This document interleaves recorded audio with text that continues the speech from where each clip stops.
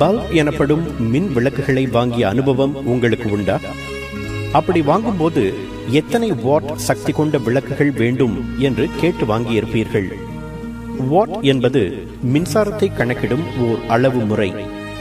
What என்பது வரலாற்றில் மிக முக்கியமான இடத்தை பெற்றிருக்கும் ஒரு கண்டுபிடிப்பாளரின் பெயரும் கூட. மனுக்குலத்துக்கு அவரது பங்களிப்பை கௌரவப்படுத்தவே மின்சாரத்தை கணக்கிடும் முறைக்கு அவரது பெயரே சூட்டப்பட்டுள்ளது. அப்படி என்ன முக்கியமான கண்டுபிடிப்பை அவர் செய்திருக்கிறார் என்று நீங்கள் யோசிக்கலாம். அவரது கண்டுபிடிப்பு 17ஆம் நூற்றாண்டில் ஐரோப்பாவில் நிகழ்ந்த இண்டஸ்ட்ரியல் ரெவல்யூஷன் எனப்படும் தொழிற்புரட்சிக்கு ஆணிவேராக இருந்த ஒரு கண்டுபிடிப்பு. இயந்திர சக்தியின் மகிமையை உலகுக்கு எடுத்துக்காட்டிய ஓர் அற்புத கண்டுபிடிப்பு. உலகம் தொழில்மயமாவதற்கு உதவிய ஓர் அபூர்வ கண்டுபிடிப்பு. நீராவி என்ற இயற்கை சக்திக்கு கடிவாளமிட்டு அதனை மகத்தான சக்தியாக மனுக்குலத்துக்கு தந்த அந்த வரலாற்று நாயகரின் பெயர் ஜேம்ஸ் வாட். அவர் கண்டுபிடித்து தந்த கருவி ஸ்டீம் என்ஜின் எனப்படும் நீராவி இயந்திரம். 1736ஆம் ஆண்டு ஜனவரி மாதம் 19ஆம் தேதி ஸ்காட்லாந்தில் கிரீனாக் எனும் ஊரில் பிறந்தார் ஜேம்ஸ் வாட். அவரது குடும்பம் ஏழ்மையான குடும்பம்.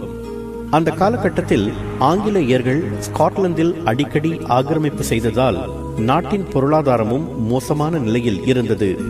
அத்தியாவசிய பொருட்களின் விலைகள் அதிகமாக இருந்தன.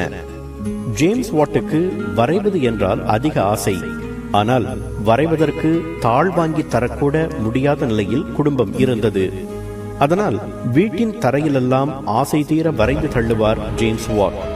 அவர் வரைந்தவையெல்லாம் என்ன தெரியுமா? வட்டங்களும் முக்கோணங்களும் சதுரங்களும் கொண்ட கணித சம்பந்தமான படங்கள். பிறந்ததிலிருந்தே உடல் ஆரோக்கியமில்லாமல் இருந்தார் ஜேம்ஸ் வாட். எப்போதும் இருமிக்கொண்டே இருப்பார். ஸ்காட்லாந்தில் குளிர்காலம் வந்தால் அவரது நிலை இன்னும் மோசமாகும். அந்த நேரங்களில் அவரை பள்ளிக்கு அனுப்ப மாட்டார் தாயார். பள்ளிக்கு சென்ற நாட்களில் அவருக்கு ஜியாமெட்ரி என்ற கணித கூறில் அதிக ஆர்வம் இருந்தது. அவர் பொறியியலில் சிறந்து விளங்க அது ஒரு முக்கிய காரணம். அந்த காலத்தில், அதாவது சுமார் 250 ஆண்டுகளுக்கு முன்னால் இங்கிலாந்து எப்படி இருந்தது தெரியுமா? எங்கும் அமைதியும் நிசப்தமுமாக இருக்கும்.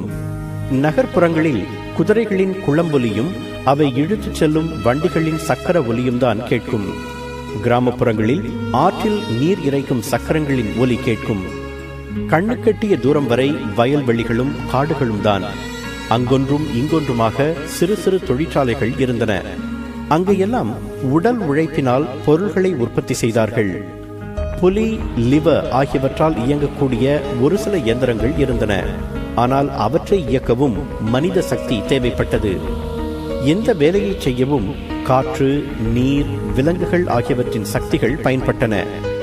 இவற்றுக்கும் மேலாக ஒரு சக்தி தேவை என்ற தவிப்பு மனுக்குலத்துக்கு நீண்ட காலமாகவே இருந்து வந்தது. மனுக்குலம் தேடி வந்த அந்த சக்தி நீராவிதான் என்பதை உலகுக்கு நிரூபித்தவர் ஜேம்ஸ் வாட். அவருக்கு முன்பாகவே 1698 தாமஸ் சவேரி என்பவர் நீராவியை கொண்டு தண்ணீரை இறைக்கும் ஓர் எளிய கருவிக்கான காப்புரிமம் பெற்றிருந்தார். அந்த கருவியில் சில மாற்றங்களை செய்து சற்று மேம்பட்ட நீராவி இயந்திரத்தை 1712ஆம் ஆண்டு உருவாக்கினார் தாமஸ் நியூகோமன் என்ற ஆங்கிலேயர். ஆனால் அவையெல்லாம் நிலக்கரி சுரங்கத்திலிருந்து தண்ணீரை இறைக்கும் அளவுக்குத்தான் சக்தி கொண்டவையாக இருந்தன.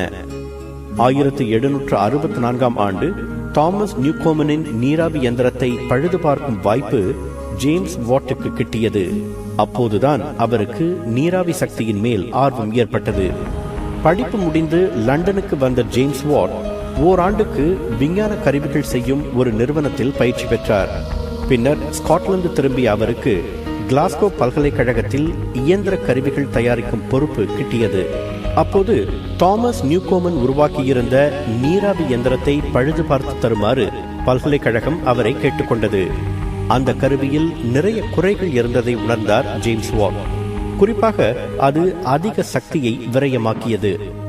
விஞ்ஞான கருவிகள் செய்யும் பயிற்சியும் இயற்கையிலேயே அவருக்கு இருந்த கற்பனா சக்தியும் கை கொடுக்க ஜேம்ஸ் வாட் நீராவி இயந்திரத்தில் பல முக்கியமான மாற்றங்களை செய்தார். 1781 சக்கரம் பொருத்தப்பட்ட ஓர் அமைப்பையும் பிஸ்டனை மேலும் கீழும் இயக்கும் ரோட்டரி முறையையும் உருவாக்கி காப்புரிமம் பெற்றார். அந்த மாற்றங்களால் அந்த இயந்திரத்தின் சக்தி பன்மடங்கு பெருகியது. அந்த மாற்றங்களை கொண்டு வர கடுமையாக உழைத்தார் ஜேம்ஸ் வாட். சிறு வயதிலிருந்தே அவர் ஆரோக்கியமற்று இருந்ததால் அந்த காலகட்டத்திலும் அவர் அடிக்கடி நோய்வாய்ப்பட்டார். வேலையில் முழுமையாக ஈடுபட முடியவில்லை. இருப்பினும் அவர் மனம் தளரவில்லை. அவருக்கு வர்த்தக திறமை அவ்வளவாக இல்லை. எனினும் 1775 ஆண்டு மேத்யூ போல்டன் என்ற பொறியாளருடன் கூட்டு சேர்ந்தார். அடுத்த 25 ஆண்டுகளுக்கு வாட்டும் போல்டனும் பல்வேறு நீராவி இயந்திரங்களை தயாரித்து பெரும் செல்வம் சேர்த்தனர். நீராவி இயந்திரத்தை மட்டுமின்றி வேறு சில கண்டுபிடிப்புகளையும் செய்தார் ஜேம்ஸ் வாட். இயந்திரத்தின் வேகத்தை கட்டுப்படுத்த உதவும் சென்ட்ரிஃபியூகல் கவர்னர் என்ற கருவியையும் பிரஷர் கேஜ் என்ற அழுத்த மானியையும் அவர் கண்டுபிடித்தார். ஜேம்ஸ் வாட் கண்டுபிடித்து தந்த நீராவி இயந்திரம் மனுக்குலத்துக்கு கிடைத்த பெரிய வரப்பிரசாதமாக அமைந்தது. பல தொழில்களுக்கு உகந்தவாறு நீராவி இயந்திரங்கள் உருவாக்கப்பட்டன. அதுவரை மனிதன் மற்றும் விலங்குகளின் தசை வலிமையையே நம்பியிருந்தது தொழில் உலகம். ஜேம்ஸ் வாட்டின் நீராவி இயந்திரம் வந்த பிறகு நெசவாலைகள் முதல் உற்பத்தி ஆலைகள் வரை இயந்திரமயமாயின. உற்பத்தி பன்மடங்கு பெருகியது. அதனால்தான் இண்டஸ்ட்ரியல் ரெவல்யூஷன் எனப்படும் தொழிற் புரட்சிக்கு மிகப்பெரிய பங்களிப்பை செய்தவர் என்று ஜேம்ஸ் வாட்டை பெருமைப்படுத்துகிறது வரலாறு. ஜேம்ஸ் வாட்டின் கண்டுபிடிப்பு பல துறைகளில் ஊடுருவி இருக்கிறது. 1783 ஆண்டு ஒரு படகில் நீராவி இயந்திரத்தை பொருத்தி அதனை இயக்கினார் மார்க்கிஸ் டி ஜெஃப்ரி எபன்ஸ் என்பவர். 1804 ஆண்டு ரிச்சர்ட் ட்ரிவேத்திக் என்பவர் நீராவி இயந்திரத்தை கொண்டு இயங்கும் ரயில் வண்டியை கண்டுபிடித்தார்.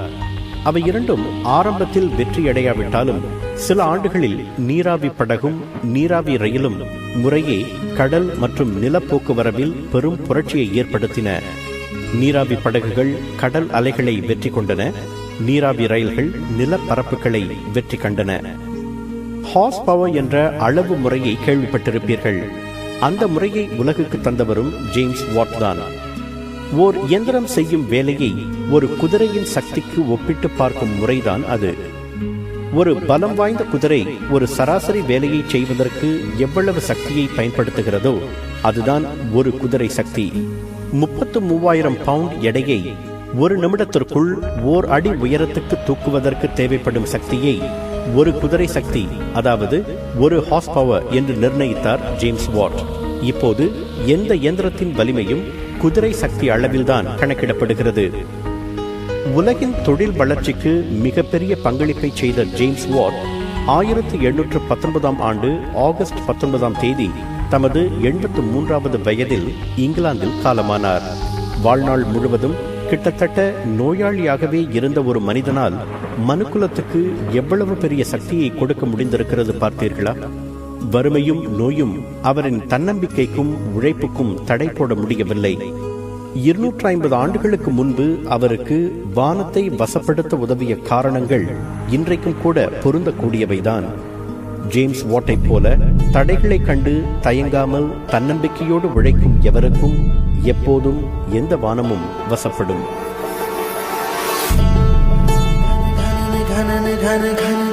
வானம் வசப்படுமே.